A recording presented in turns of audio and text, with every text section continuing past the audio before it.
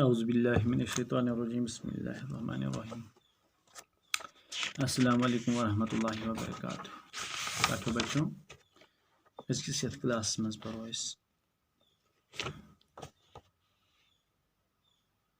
फोर्थुक EVS यथ मज topic तुलो आज chapter number 2 living and non living things जानदार तो बेजान चीज बड़ी इम्पॉर्टेंट सबक तम जानवर या तम इंसान तम चीज यमन अल्लाह तबारक व तआला जू बख्शमुत या तम चीज यमन जू बख्शमुत यम बेजान तो यथ सबकस मज करो यही जानने कोशिश कि कुस कुस चीज लिविंग तो कुस कुस नॉन लिविंग। तो chapter now living and non living things जानदार तो बेजान चीज। टाठो बच्चों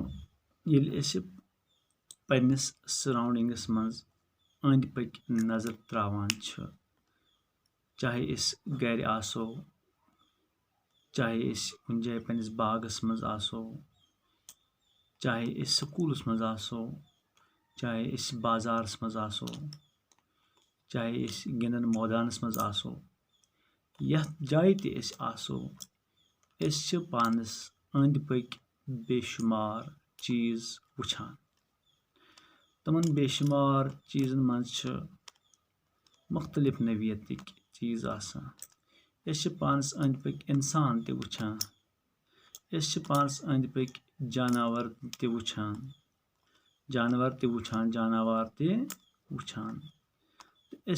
पानस अंद पक केमिकल ते वुछान। टाठो बच्चों पानस अंद पक मकान स्कूल गाड़ी जहाज बाकी बंगला वारियाह चीज पानस अंद पक वुछान। गरस मज आसो गरस मज बेशुमार चीज नजर गसान चाहे किचनस मज आसो चाहे बाथरूमस मज आसो चाहे पन्निस रीडिंग रूमस मज आसो बेडरूमस मज आसो यथ जाय ते आसो मुख्तलिफ चीजन सहित वास्ते पेवान वुछन हम चीज यमन सहित वास्ते पेवान कुस कुस चीज लिविंग तो कुस लिविंग कि कुछ नॉन लिविंग। तो यही सबक आज टाठो बच्चों कह चीज हाव ये तुम ब्रोट कन फिलअप फॉर एग्जांपल निम बह मे तुम ब्रोट कन बुक नी मे क्लास 6 उर्दू किताब बुक इथे कन निम बह तुम ब्रोट कन टाठो बच्चों यह नी मे तुम ब्रोट पेज कागज तो इथे कन बह हावान नोट बुक इरेजर टाठो बच्चों पेन टाठो बच्चों इथे कन यह बाल पेन स्केल इथे कन टाठो बच्चों यह कैप टोप तो यह शीश यम मे पलो लगित बेशुमार चीज इथे कन नजर गसान। टाठो बच्चों यह टैप रोल टैप मेनान कह चीज टाठो बच्चों इथे कन दुकान सीजर टाठो बच्चों वारिया चीज अंद पक नजर त्रावान अंद पक चीज बेशुमार नजर मार्कर तो बेशुमार चीज बह हावन कोशिश कर belt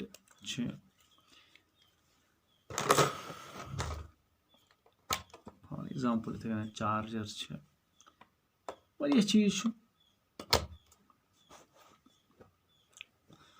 mobile phone radio television इथे बेशुमार चीज डे टू डे लाइफ मज वुछान किचनस मज आसो तत मुख्तलिफ चीज बाथरूमस मज आसो तत मुख्तलिफ चीज स्कूलस मज मुख्तलिफ चीज इस्तेमाल करान।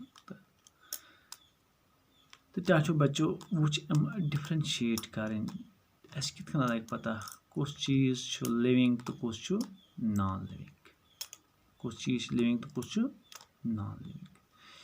आम हालतन मज वन कि इंसान, जानवर, जानवर, केम क्रूल, कुल, यम गई सारी लिविंग थिंग्स। दपो तुम कित कन लिविंग थिंग्स। इंसान वुचु तुम तथ्य बचो यह पाने पकान थोरान, अमिस मज ग्रोथ गसान, यह वुचान, बाकी बाकी एक्टिविटीज करान, अमिस मज बोड़ बार चीज वुचस अमिस मज ग्रोथ गसान, खेवान चवान बाजित पे। इथे कन निमो जानवर त वो तमन मज ग्रोथ गसान, तम त पकान एक जाय पे बेकि जाय पे,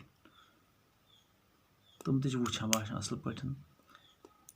जानवर ते केम क्रूल ते इथे कन वुचान, कुल तथ्य बचो कुल मज वुचस लकुट कुल बेल फुल त्रावान पे जेवान जमीन मज पे लकुट कुल पे बोड़ गसान पे बोड़ दरख्त बनान, दैट मीन्स अत मज ग्रोथ गसान, तेल यह जानदार चीज। तथ बरक्स वो पेन तथ्य बचो यह कलम पेन आज ब्रो 10 वरी युथ अत मज गई न ग्रोथ की, दैट मीन्स यह बह पत्थर यह अमी जाए रोजान, यह दैट मीन्स अत मज ग्रोथ की, तेल नॉन लिविंग। इथे कन बुक, इथे कन मोबाइल, इथे कन कार, वैन, गाड़, बाकी बाकी चीज। तो वो दपो तुम तथ्य बचो अस गाड़ चलान तेल मा गाड़ तेल यह पकान अकिस जाय पे बेकि जाय, मगर यह पान पकान कि अत खतर बदल कह फोर्सेस इस्तेमाल कर यम जरिए और योर मूवमेंट करनावान या एरोप्लेन या बे ट्रेन या बे चीज ओपन योपन पकनावान सह नॉन लिविंग आसान, तथ पत्न बदल फोर्स आसान यम बुनियाद पे सह अकिस जाय पे बेकि जाय पकान। आम हालत मज शॉर्ट्स मज वनो कि जानदार चीज यम तमन मज ग्रोथ गसान, ग्रोथ एंड डेवलपमेंट मज मेन चीज खेवान चवान हम फील करान, हम महसूस करान असल पे, हम वुचान दाशान यम नॉन लिविंग थिंग मज कह। तो तेल वनो तथ्य बचो human beings, animals, birds, fish, insects, etc. can move from one place to another by themselves. हम पाने एक जाय पे बेकि जाय पकान, अमन बे चीज फोर्स पे कर, हम पाने मूवमेंट करान। तो इथे कन some other things like rope, a car, a stone, a pencil, a book, a shoe, etc. cannot move on their own from one place to another. Normally, plants cannot move. तो इस दपान कि कुल तक अकिस जाय पे बेकि जाय पकान, ठीक तम अकिस जाय पे, मगर ग्रोथ तमन मज गसान। Normally, plants cannot move from one place to another on their own, but some plants do show typical movements. Some flowers open in the sunlight and close at the time of sunset. For example, the sunflower can be seen always turning with the direction of the sun. सह लाजमी कहीं बोड़ चीज वुचान अमन मज growth गई, ये चीज मज growth गई सह ऑटोमेटिकली लगन मे पता सह living thing. This is one type of movement. The blooming of buds into flowers is another type of movement also. God कुलिस टोंड नेरान पे यह बड़ा बड़ा गसान तो पे शाख बनान, this is also a type of movement. Leaves of some plants such as touch me not shrink when we touch them. This is another example of movement in plants. Once again, let us turn our attention towards the fact that the things which grow, which move, which have sense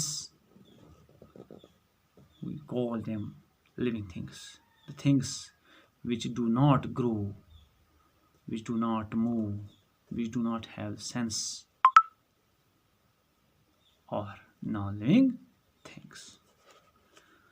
तो टाटा बच्चों आज की class करो निमिजी close ये class रोज bro जारी तो फिलहाल दियो वनस इजाज़त। अस्सलाम वालेकुम।